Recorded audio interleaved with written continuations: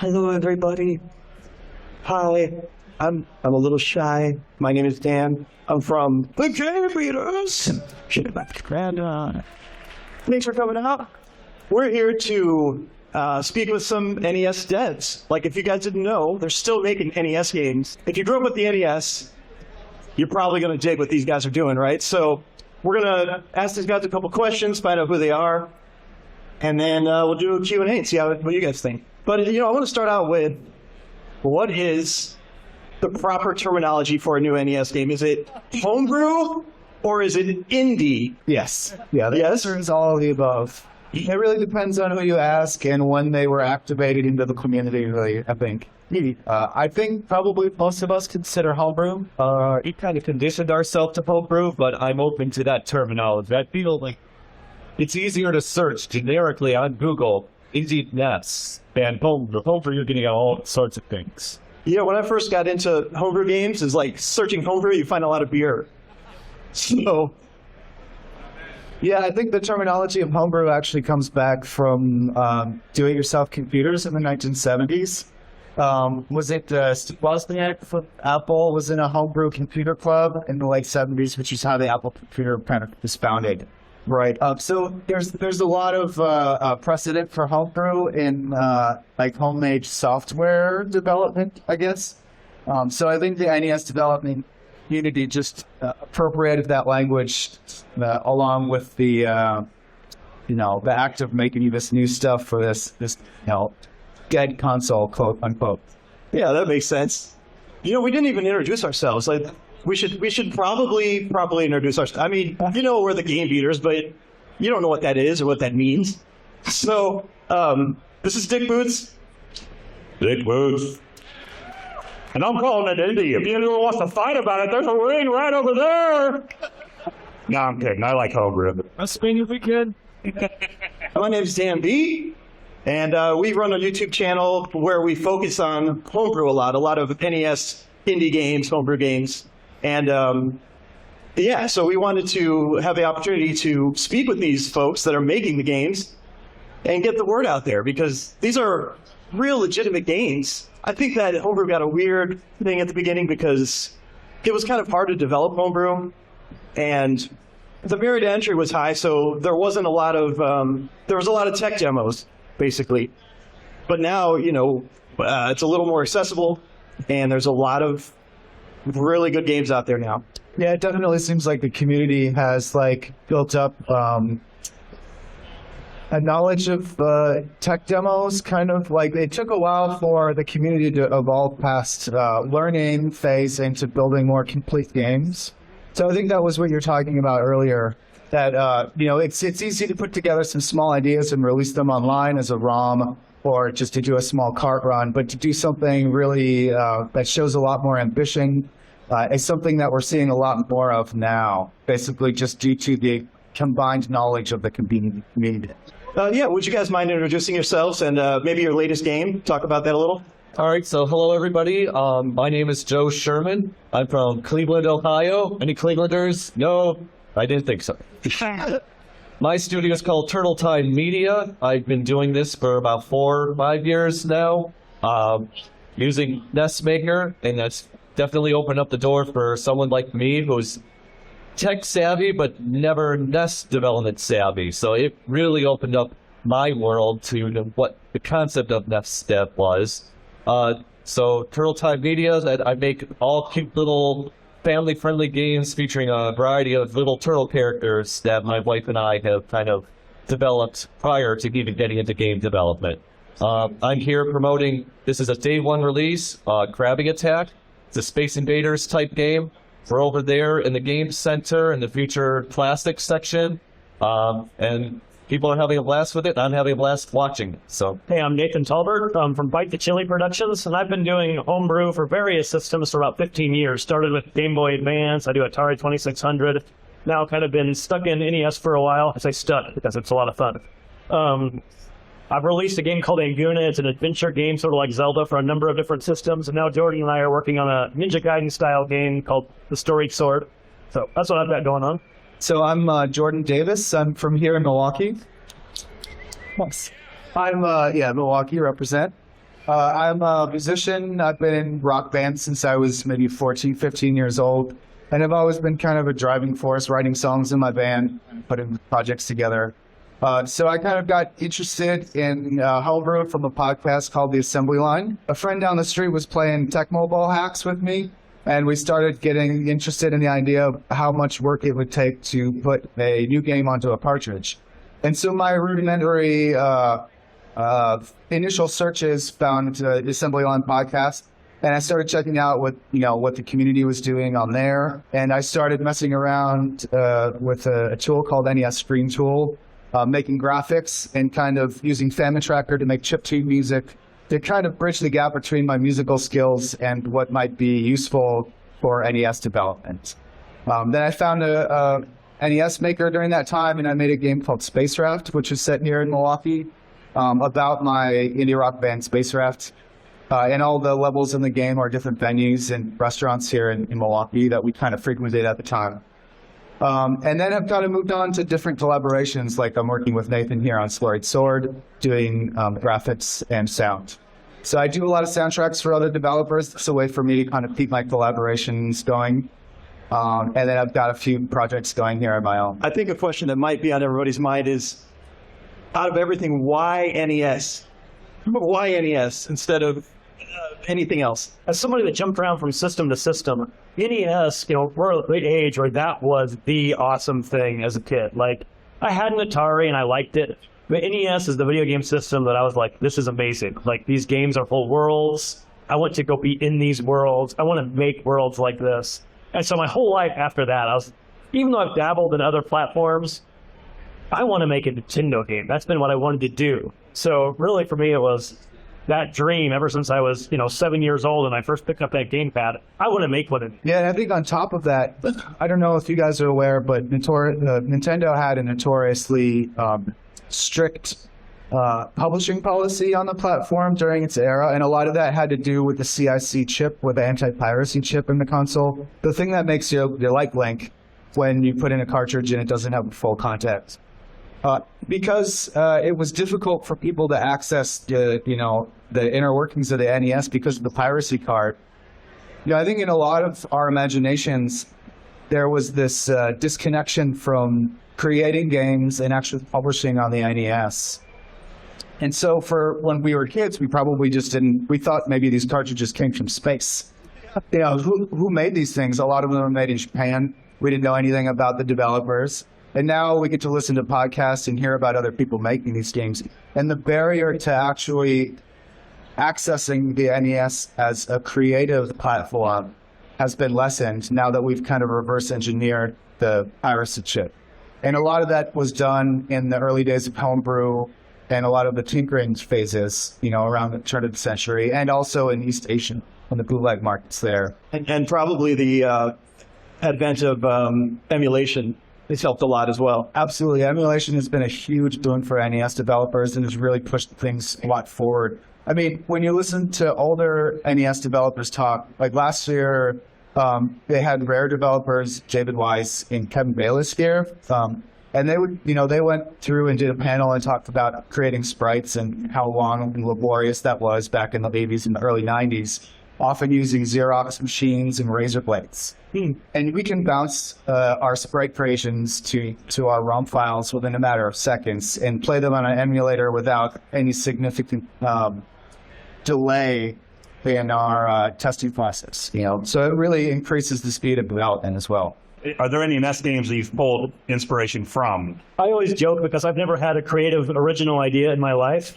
So all of my games, as a kid, I played Zelda and I'm like, I want to make a Zelda game. And then I played Metroid or Blaster Master. I want to make a Blaster Master game. And so I know there's developers out there, maybe you guys, that are like, oh, I have this creative new idea. For me, it's about following that dream and like, I'm going to make a Zelda game. And so like the current one we've got going on right now is very much, we wanted to make Ninja Gaiden, but with ideas copied from Princess Bride. And we're just wearing our inspiration on our sleeves. But so, yeah, for me, no, it's all completely very overt. I will echo Zelda because I think that is the first game that really captured your imagination on the NES. Super Mario Brothers was pretty linear, but Zelda was about exploration. and just let your mind fill in the blanks, because Zelda didn't really have NPCs telling you the story. You just kind of, your mind filled in the blanks, and your mind just, let your imagination run wild. I think that's why us as devs, we just want to take that concept and fill in the blanks with our creations. And yes, my first game on the NES was a Zelda turtle game. I was really inspired by the game Goonies 2. Oh, really? Yeah, and how that game kind of interpreted an extremely loose version of the events of the film into some sort of pseudo sequel in a video game form. Yeah. And how, like, almost the meta narrative of that game is like, well, they're going into a cave now, there must be spiders and scorpion bears. You know, it almost seems like a fever dream of reality. And something As about most NES games are. something about that really inspires me as far as like, well, here's the real events and how can we video gamify it? You know, usually by adding spiders and turrets, right? And bats. I mean, bats in every game, right? That's all yes. But a game like Goonies 2 really shows you like a big world that you can run around in and things that touchstones that you might know from other media that you can kind of absorb back into your gameplay and experience. And so that was a huge game for me. And as long as, along with other kind of, crappy film adaptations. Because hearing film music in 8-bit form was a big inspiration on me. As a young person getting involved in music, hearing the theme song by Cyndi Lauper, chiptune version on that Goonies 2 title screen was a mic drop moment in my childhood. So this begs the question: if you were to make a video game, an NES game, and you had the movie rights to any license, which one would you do? Escape from New York. Escape from New York. Easily, Transformers the movie. Oh yes, Princess Bride, yeah. that's being done. Yeah. We're not going to ask for rights on that one. We're going to. What about like art design? Do that yourself? Do you resource that out, like sprites and backgrounds and things like that? Yeah, so I'm the guy that does that for Nathan here. But his projects involve with a bunch of different artists. He's done his game Halcyon, the graphics and sound too is done by an artist in Franken Graphics. Her blog is amazing and one of the first things that really inspired me to get into NES development. Yeah, beautiful graphics. Absolutely. I cannot speak highly enough about Franken Graphics. If you're all here watching this, you should Google it right now and put it in your bookmark favorites. Franken Graphics, .com.blogspot, we can find it. It's not hard. But besides that, doing visuals for games, I was mainly involved in music when I got interested in homebrew, but I recognized that a lot of the people doing programming and leading the projects were also musicians. So there didn't seem like a big demand for it. And so I thought, well, no one's going to ask me to do music if I've never done anything or have anything to offer that's valuable to the community. So I started kind of tinkering in pixel art, thinking that might be valuable to people working. And actually, I just started by recreating sprites from Zelda and, creating screens from the overworld map, which, there's 16 by 16 tiles and there's probably only 4 or 5 tiles per screen. So recreating something like that really empowered me to understand that, these are very simple structures. You can make little shapes and move them around the screen to make bigger structure. Once I started creating artwork and putting it out to the world, I got a lot of really great feedback from other pixel artists. There's a really good community of people who are out there who just want to see more NES games and really want to see the graphics develop along with those. And they're really willing to give you a lot of constructive feedback as far as to how to more articulate sprites or how to get better definition in certain areas, how to do better shadows, that kind of thing.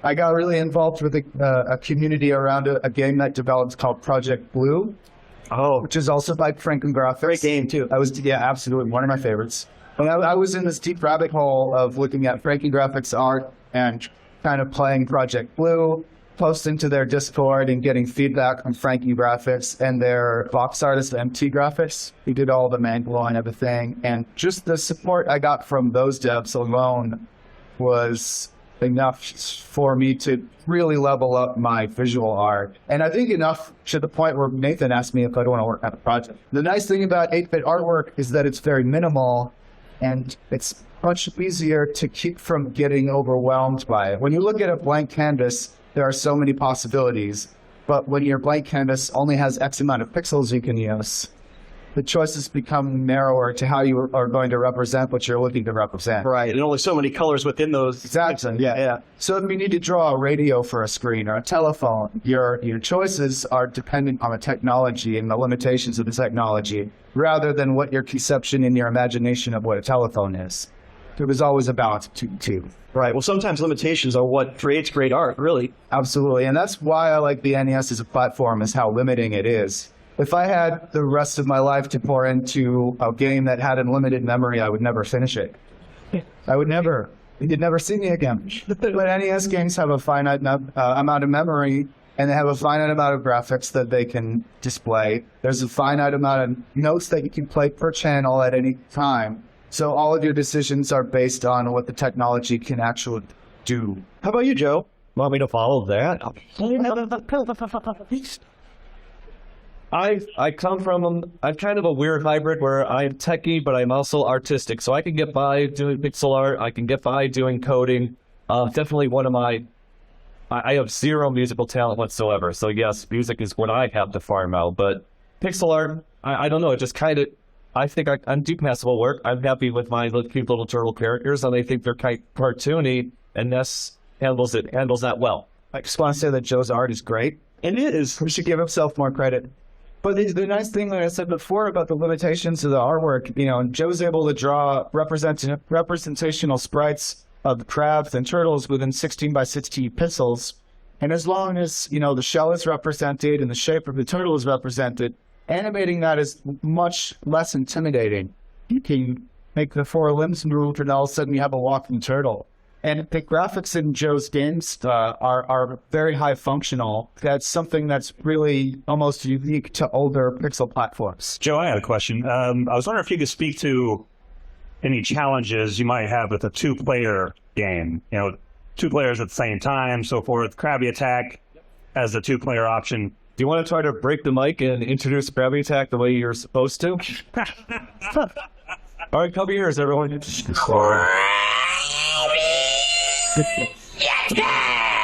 All right, thank you. For those that didn't see the introduction video, they throw it on YouTube. That was how I introduced my game. My wife just burst out laughing. I can do that again. So, Krabby Attack, yes, is a two-player simultaneous game, and that opens up a huge can of worms, because the NES doesn't like a whole lot of objects on the screen at the same time. It has a finite amount of memory. So you have one turtle, and he can shoot projectiles like in Space Invaders. So that's fine. So one player, two projectiles, and a random enemy running around. So that's about four, at one time. Now introduce the second player. And the second player has the ability to shoot projectiles. Well, guess what? You pretty much double the number of objects on the screen. And now the game is choking because it's trying to render every single object, and every single object has its own attributes, believe it or not. And as simple as that's just an enemy projectile. Why does it? No, it has its own factors. It has its own XY coordinates, and the game is tracking where that thing is moving at the speed that it's moving, and it gets bogged out. So the challenge with the two-player game is how to keep that line from getting crossed, and how to manage all of those objects and prevent things from getting created when you make that, but also not hinder the player experience. So it has been a huge juggling act, and it's finding the perfect balance, because you're never going to win. On the NES, you will hit slowdown. It's just going to happen, and just how to minimize it and how to make the player experience as least impacted as possible. For those of you that, dive deep into the NES, there was a 4-player adapter that's, coming out, and there weren't very many 4-player simultaneous games. There were a few, but one of the other restrictions that you run into is that the NES can only put 8 sprites, and the sprite is beat by 8 pixels, in the same horizontal line. So once you get 4 players going, if they have anything going on, you're going to suddenly get people chopping out, or it's going to flicker. And so I think that's one of the other challenges, is managing how am I actually going to space out where these characters appear on the screen, how to minimize the sprite usage, how to figure out the palettes, what palettes I have available to actually get 2 or 4 players going at the same time and make a game that's compelling. Right, it's fun and it's interesting. So there's a lot of game design choices as the designer you have to make as far as what can I do to make this game fun to support 2 or 4 players with those restrictions. So it's not even just the slowdown. How do you design around? You turn the restrictions into features. Exactly. I did one Super Homebrew War, which is trying to jump on each other's heads. And with that, I thought, well, there's 4 players, but because they're jumping, they're very rarely on the same scan line for very long. So that was another, trying to design the game around the fact that you're not all on the same level playing, cutting out. We did a video for Halcyon, and that was kind of one of the things that got us into NES Homebrews, because that video did 10,000 views right away, and it was like, oh yeah, there's an interest in this. So I would ask a question, because that video came out in 2019, and they said, is this game ever coming out? It's 2023, and it still says coming in 2020, which makes me very worried about its creator. Are you okay? I am doing great. I need to update that. A little bit of status on the game. I've mapped out the whole game. The engine is done. The artist I'm working with, Franking Graphics, has a lot of other projects going on, but she wants to go back and re-improve a lot of the graphics. So we're kind of in a real slow spot for the past couple of years where she's trying to get time to come back and put into it. But if we can get the time so she can really sink into it, it's going to look amazing. But right now, it's been kind of a very paused project, but I have every intention of finishing it. This is the dream of I've been wanting to make this game for 20 years. I'm going to finish it. Yeah, it's a very, from what I've played, it's very good. It's like a Blaster Master Metroidvania type. That's exactly what it is. And it kills me that it's taken this long. When I started it, I said it's going to be a 3 or 4 year project, and we're on year 7 right now. So I'm hoping that in the next, in a couple of GCs, I'll have it available for you all to play. To build off of that, if anybody's getting into developing games for the Nintendo, if your game comes out on time, you're doing something wrong.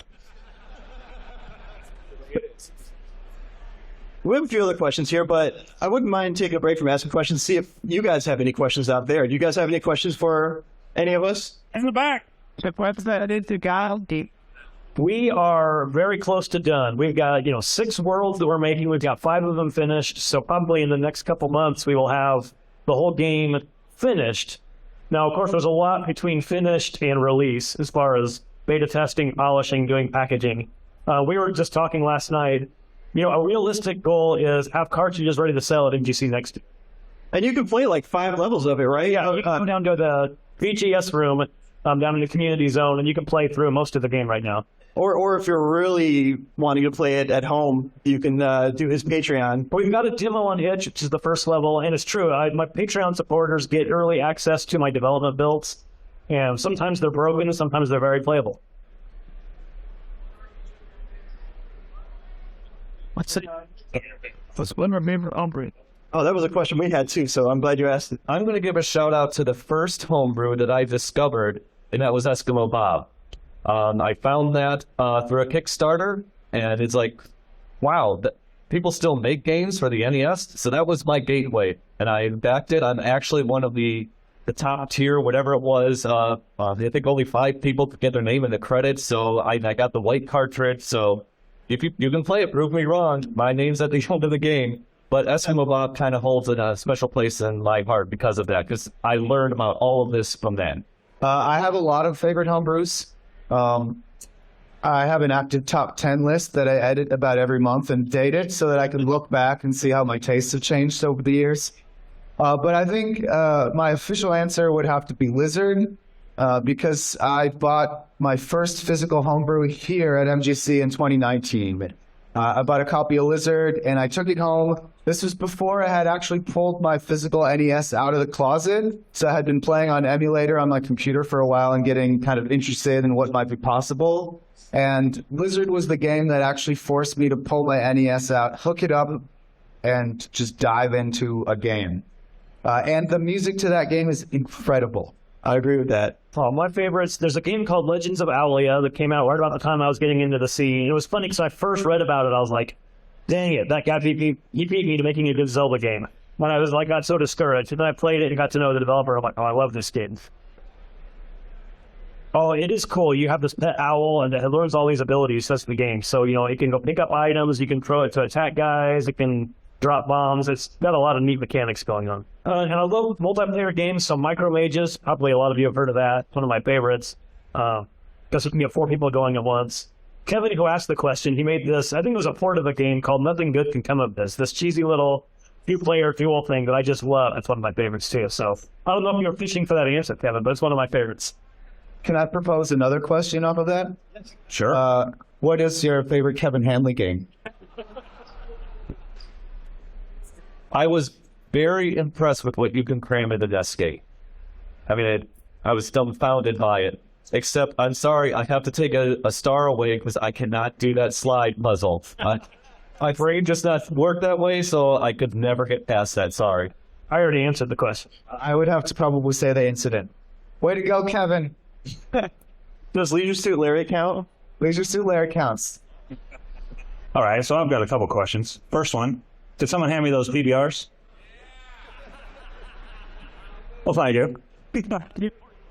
My second question is I'm interested in kind of the matters of distribution. Like how do you envision distributing things? I mean, imagine making the games. There's a lot of sweat capital, but in trying to distribute, it's a whole different beast altogether. So I was wondering if you could all speak to that. There's really a few different ways that are pretty common to do it. It's easy enough in terms of being possible, but it's still a lot of work to do it all yourself. You buy the board, you buy the shells, you pack, you find a box printer, you do it all, you handle sales themselves. Then there's a handful of smaller kind of community level publishers that'll work with you.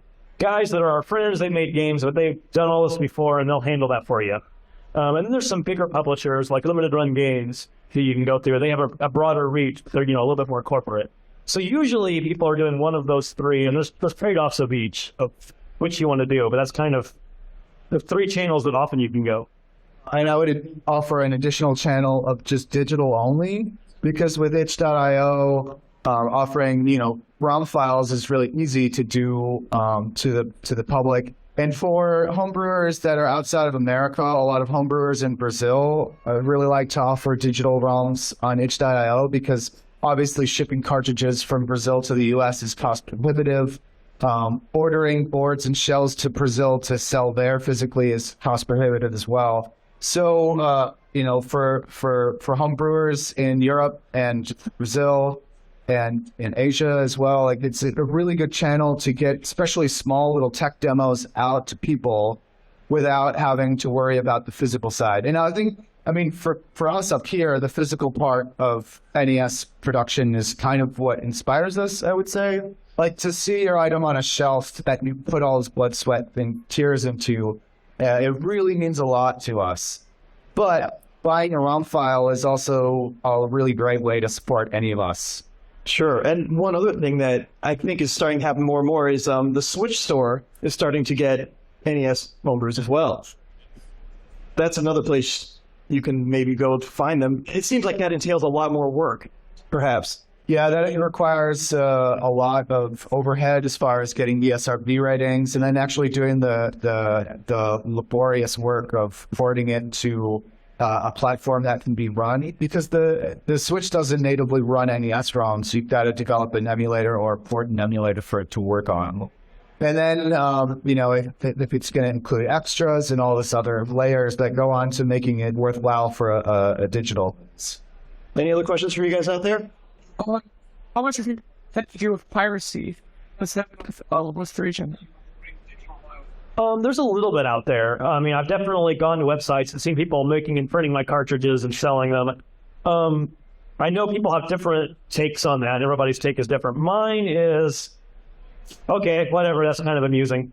You can get frustrated about it and fight it, but there's always going to be piracy. And so you can let a slide off your back or not. That said, depending on how you develop your game, if you use some of the more modern mappers, a lot of the pirates don't really have access to those. And so it's a little bit easier to make sure, at least as far as physical piracy, them selling cartridges. If you're using some of the modern mappers, it doesn't happen as much. But there's always going to be somebody passing your ROM around, and that's my take. I would say to further that, one positive thing is that the quality of the audience of the homebrew community is so great that like our audience is looking to support this hobby and to make sure that that's continuing. So the market for bootleg homebrew is very minimal because those are people who are not willing, they're not interested in supporting the community. They just want the goods. And I think the community around homebrew is so positive. We've got so much interest in just continuing this legacy and getting more good games out there that it really, even though it is an issue, you could go out and find bootleg ROMs or whatever. People that we encounter are more than willing to support us and what we're doing. And I think that's what I always take away from that whole conversation is that, yes, there are people that are going to pull these ROMs and bootleg them, but there are going to be always outnumbered by those coming to rally behind us. On the flip side of that, with platforms like itch.io, I've got some ROMs out there that I say it's free or you can name your own price. And there's plenty of people out there that'll be like, well, I'll give you $5 for it, even though it's free. So it's like the opposite of piracy, people that want to support what you're doing as a developer. So it's really encouraging to have a community that cares. So yeah, don't buy your games from wish.com. This is basically how that goes.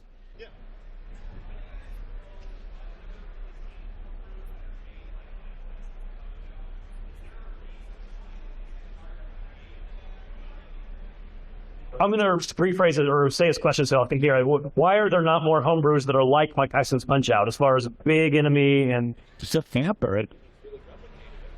Mike Tyson's Punch-Out did use its own mapper. I think that's not all of it. I think in modern mappers we could do something like it. I think it's, homebrewers just tend to make what they want to make. And until somebody comes along and goes, A, I want to do that. Well, B, I got an artist that can, there's these big sprites and they're really detailed.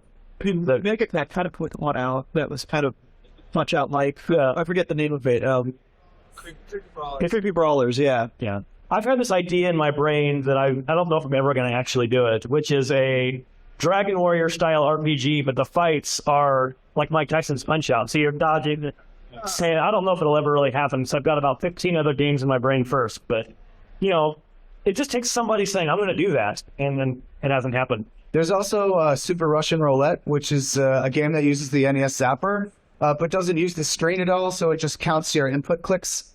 But then you've got a full-screen cowboy making fun of you the whole time with the DPCM audio, and they update the background tiles to make that work at all. Also, shout out to my man Artix over here. He did a game called Chrono Knight. Is that right?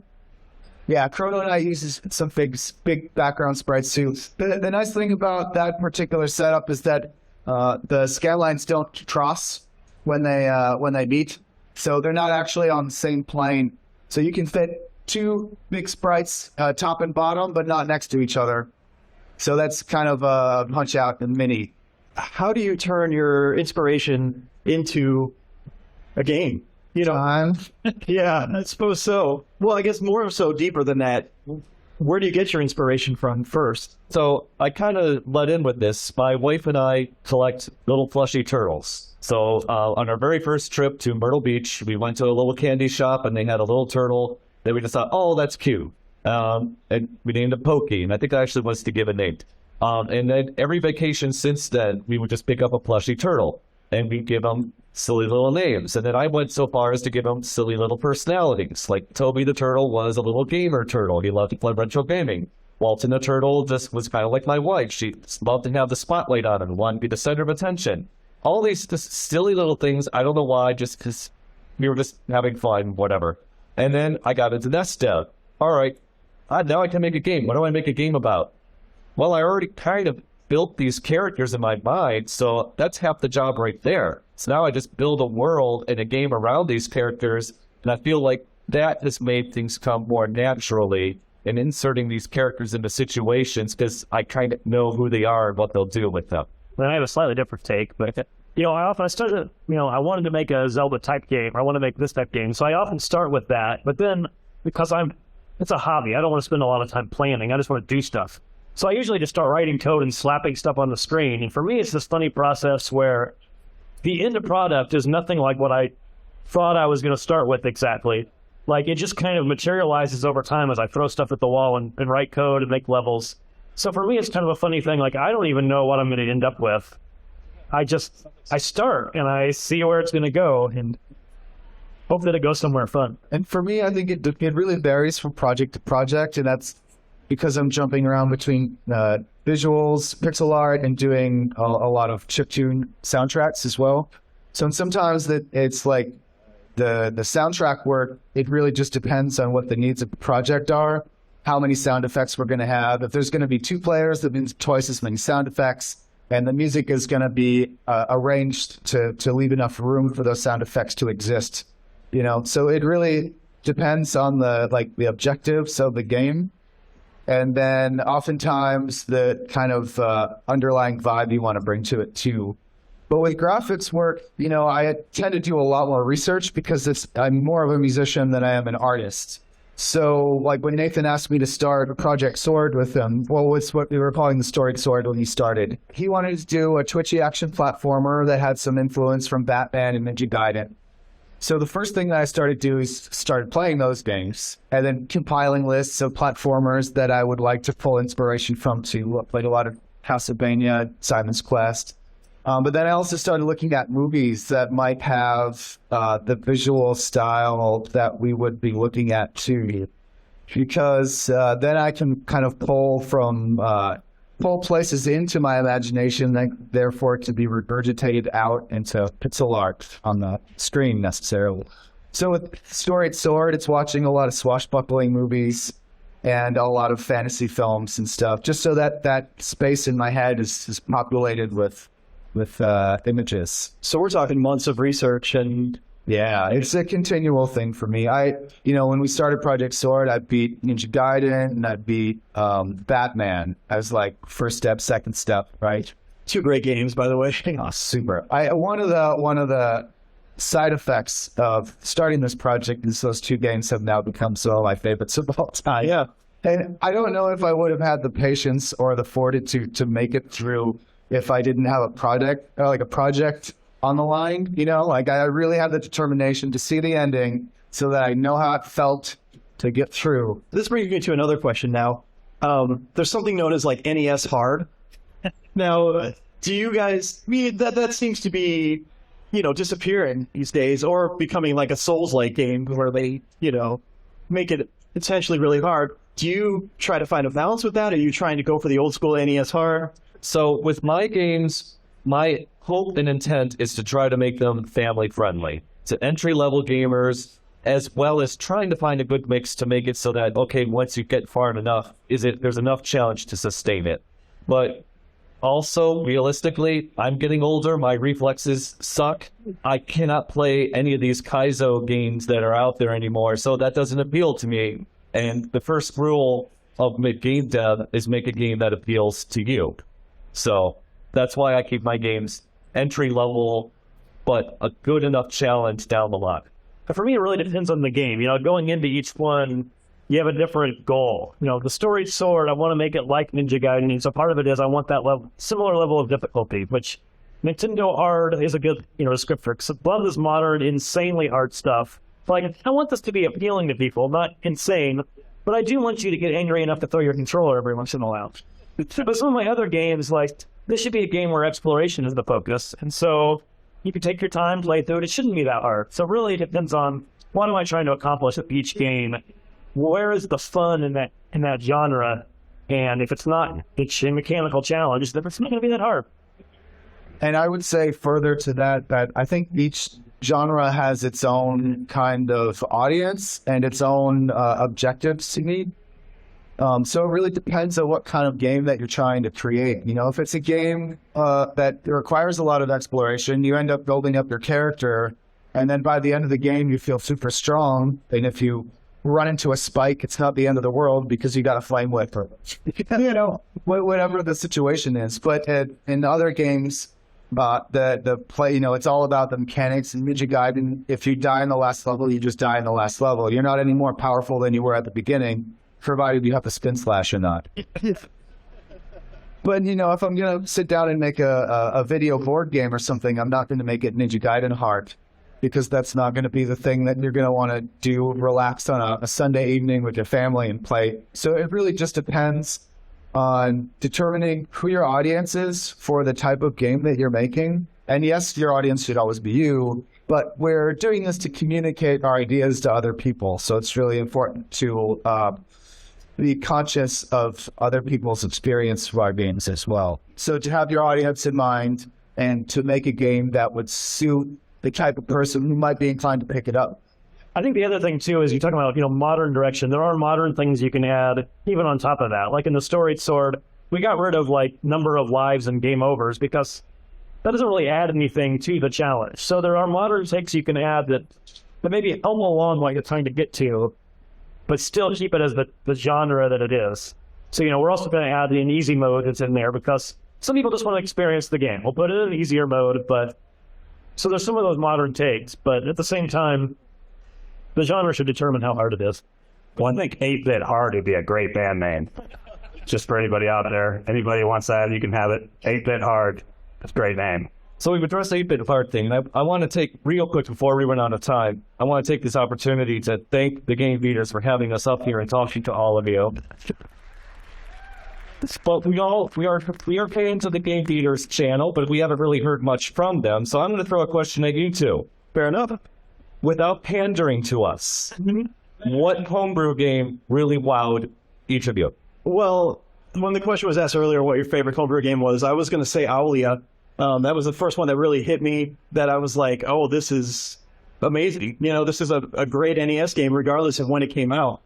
So that's got a special place for me. I'm liking that Storied Sword quite a bit. I've had a chance to play it today. I like that there's 2 different characters that you can play. So that one just off the top of my head. We played so many that the names kind of escape me. So back to you guys. What's your favorite YouTube channel again? And you guys out there? Oh, thank you. Super Spawn? Spawn. Can I kind of jokingly answer that? In a way, I know a lot of us know who AVGN is. Oh, yeah. After getting into NES dev, that kind of somewhat ruined AVGN to me, because now it's very hard for me to be critical of any NES game out there, because now I know the trials and tribulations that go into making NES games. Now, granted, a lot of these publishers back then, they have teams that work on it, so they may not have the same expertise you do, but it is hard to get things to work just right on the NES. I will say, to be fair to AVGN, he later kind of corrected this thing when he did this LJN video, and then he said oh yeah, I was bagging on these games and I can't do this and it's difficult.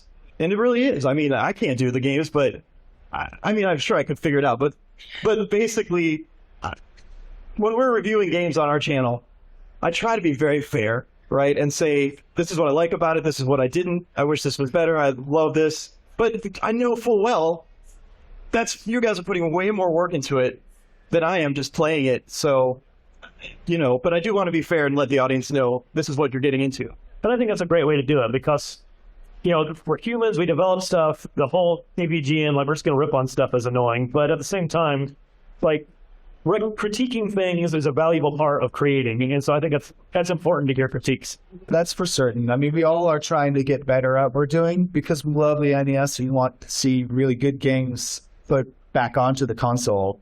So we're all trying to level up our abilities.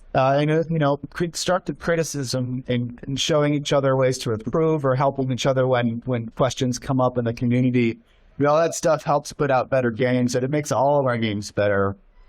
So I think AVGN did a lot to repopularize retro gaming, or what became what was called now retro gaming. And I think that's a really cool thing. But it's entertainment, and it's not legitimate criticism. It's jokes, Right. And I think when we move past that and start to look more critically at homebrew, dismissing stuff as it stinks or whatever, like it's John Lovett's critic or whatever. It's not helpful to homebrewers to hear that because it doesn't help us grow. Right. And it also discourages us from sharing our work. Right. And the thing we all want to see is more people sharing and more people growing and learning. Right. Yeah, that's a good way to put it. And to be fair to AVGN, I mean, I don't think Jekyll and Hyde is that great of a game. He's got some points. It's not. It hasn't escaped any of us. Yeah, let's open it up to a couple more questions here before we. Yeah, what's your question? You heard on Turk reading. When are we going to start beating games? What was that about this? Happened a few weeks ago. I don't know. Every once in a blue moon, the game beaters beat a game. Using save states and, save states. Water band. Wherever that is band. I know everyone wants to say Super Mario 3, so I'm just going to throw an oddball out there that nobody probably ever says. Snake's Revenge. Nice. You're the only one.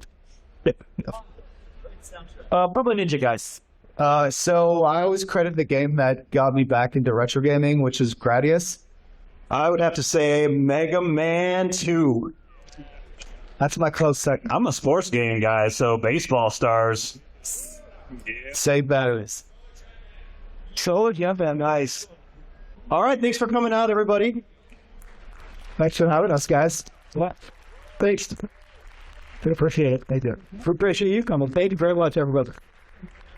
The NES devs. Food's good to come up and play.